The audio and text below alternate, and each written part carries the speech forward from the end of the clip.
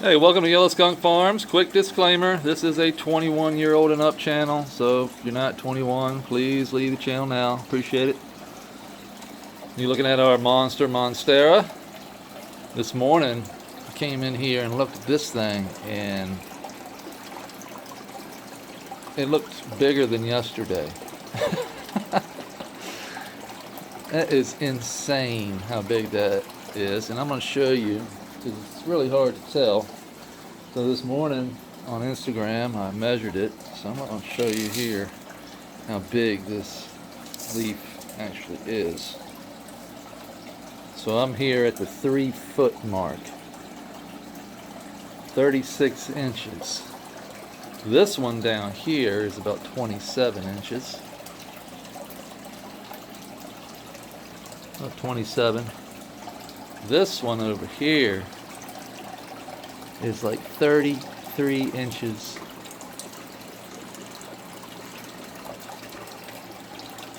That's almost 3 feet of leaf. That's insanely big. I've never seen a Monstera that big. What are you doing down here, Digger? Since you're here, it looks like you need some more. I'll show you everybody how big you are. You fit in the palm of my hand, won't you? Huh?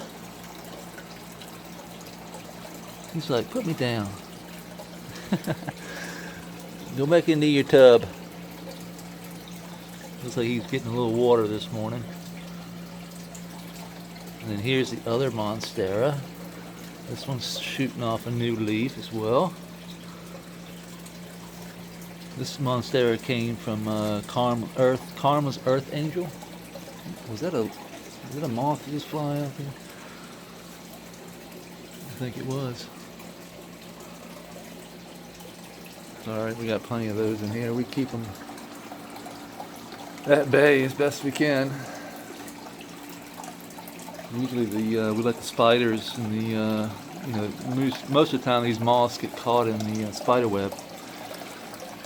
And if you notice that the ground looks a little grayer, it's because we threw down some sand and silt yesterday. That's all fresh sand and silt. You can see the moisture content. We're pulling some of that moisture up out of the creek into the soil beds there. But that's why we took a lot of that grass that was around here, and it died off, spread it around. You can see our diachondra grass took a big hit, but it looks like it's coming back. We've got some coming right through here.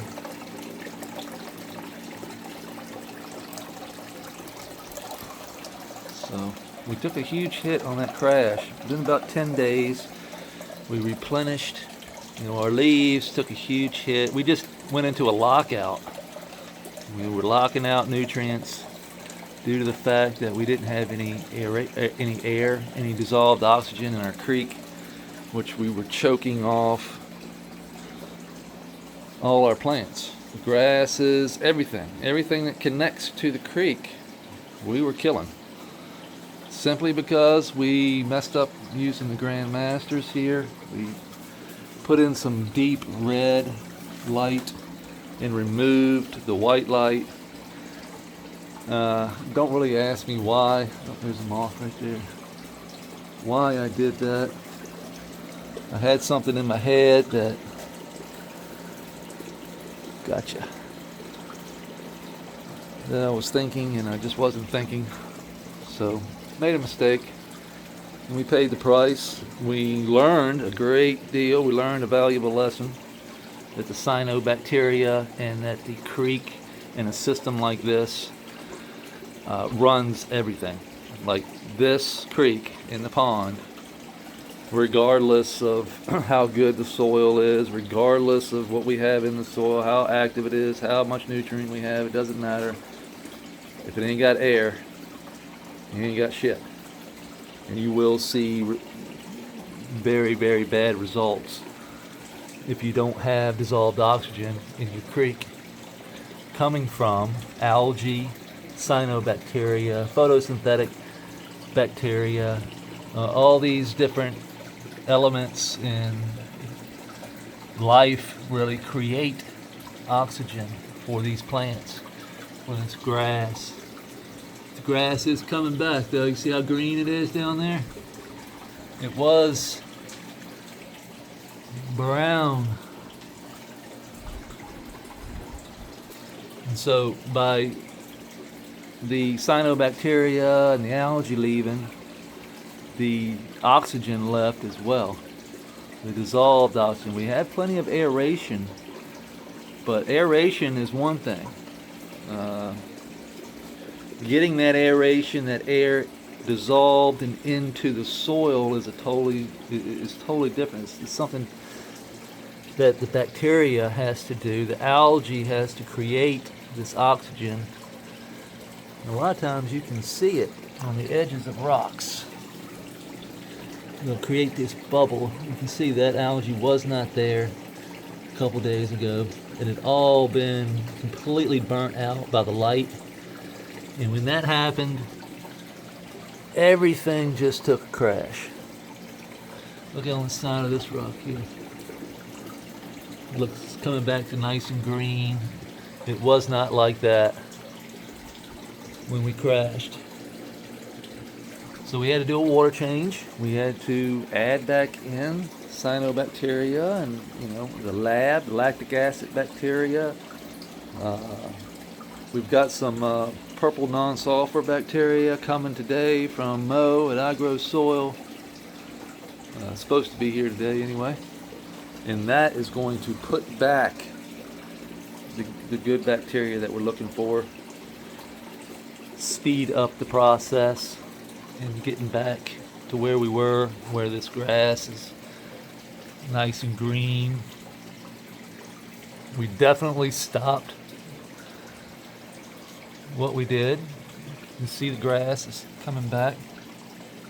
If we hadn't stopped and turned off the red light and did a water change, all of this would be brown right now. Like all of this would be brown, because that's the way it was going. You can see it around the edges there. But now we're starting to get some green back, and I would say another 10 to 14 days and we'll be back the way we want to be, where the grass is green again. You can see we lost a lot of grass. This is a clear indication. You can see we added all the sand and silt. All of this, you can remember the color of this, all of this will be black in about, I don't know, probably 3 or 4 days. We'll come over here and see it, and then all the worms will just see it, just turn black like that. That's the worms running through it. And that's another reason why we kill all cyanobacteria. All the food along the edge of the creek had been turned into worm castings, which the worms left. The worms leave here and come into here. This doesn't get aerated like it should, so it becomes a swamp. And a swamp is not what we want, because a swamp doesn't have air in it. It doesn't have any life, or it has life, but not the type we're looking for. You can see our elephant ears starting to come back. Look at the difference in color. So, alright, you see that lime green? Lime green, that's the crash. That's the crash. Lime green, but we're starting, the new leaves starting to get green again. The difference in color. The difference in color tells us a lot. Tells us a whole lot about what's in the soil, but what these plants are pulling up. And if they're green and they're nice and pretty, that means that they're getting oxygen. Look at that. That's a green that we're looking for. Not that. That's lime green. That's healthy green. This is starved, but it's coming back. I can see it. Slowly but surely coming back. It's crazy how fast things can die off, but how long it takes to come back versus how quickly it was destroyed. And that's simply because if you can't breathe, you're going away from here pretty quick. You can go, you know, a week or so without food, or 2 weeks without food, a week or so without water. You ain't going very long without air. A couple minutes. Plants, no different. They need air. But not only, you know, like what I'm breathing, but down in that soil where the bacteria and the fungi and the protozoa and all the good critters are down there doing their thing. They all need air too.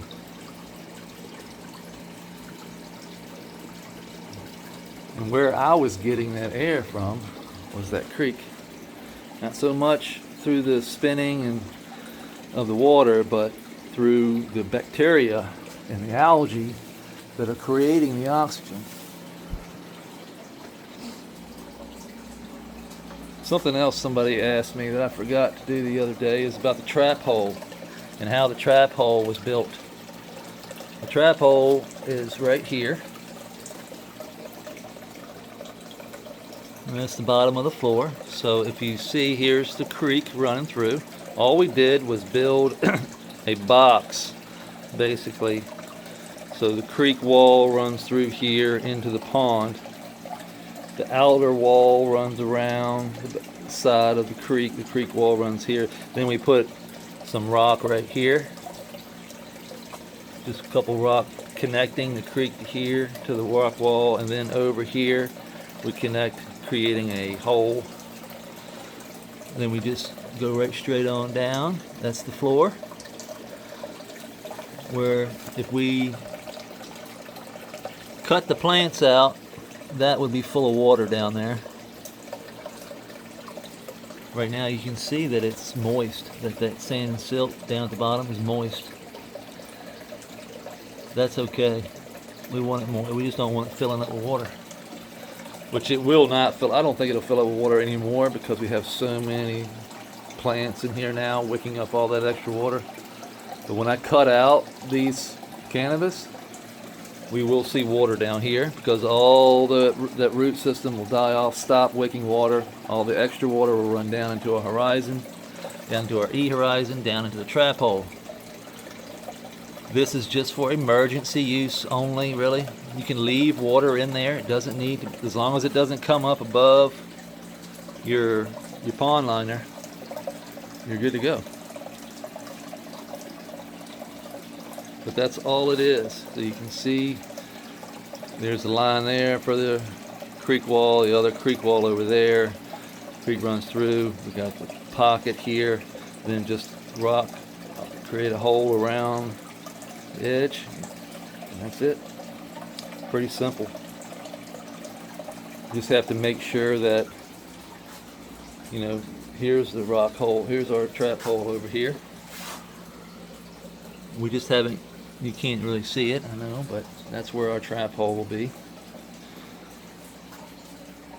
And when it comes to building this, your E horizon is on the bottom, about 6 inches. You want your E horizon to come all the way up to your pond liner. So the pond liner comes up to here. You want your sand and silt to come up about at least 5-6 inches of that sand. Then put your clay on top of that, and then your soil on top of that. This way when the water runs down, it'll run down through the clay layer, past your trap hole, down to the floor, and sit in the sand and silt and clay that we have in the pea gravel.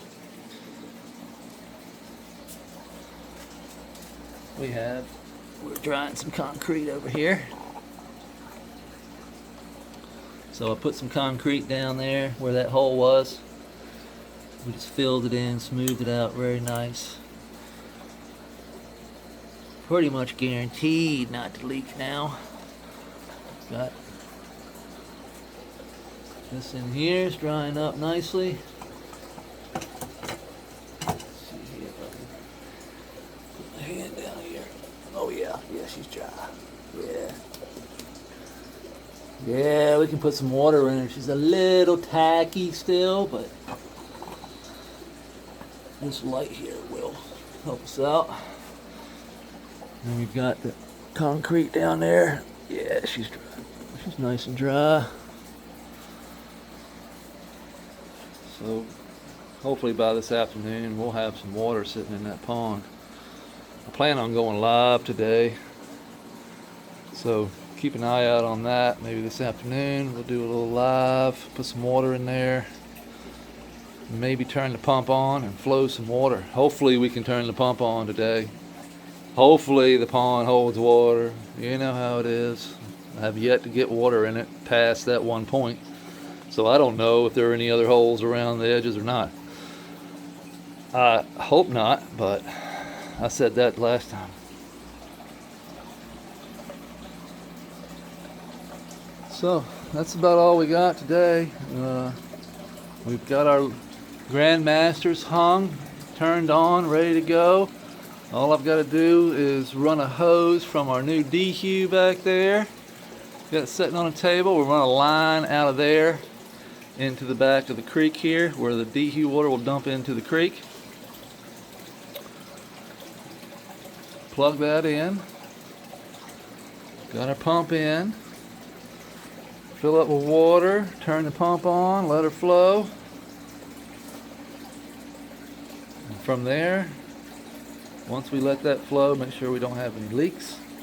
It'll be ready in time to put some soil in here. And that's when everything starts to look like it's supposed to. Right now it looks crazy.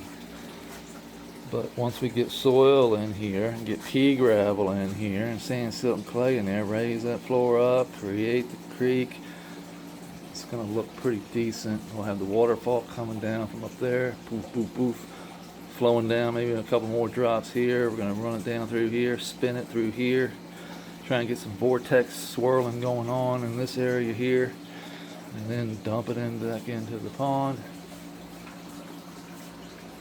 just like this one.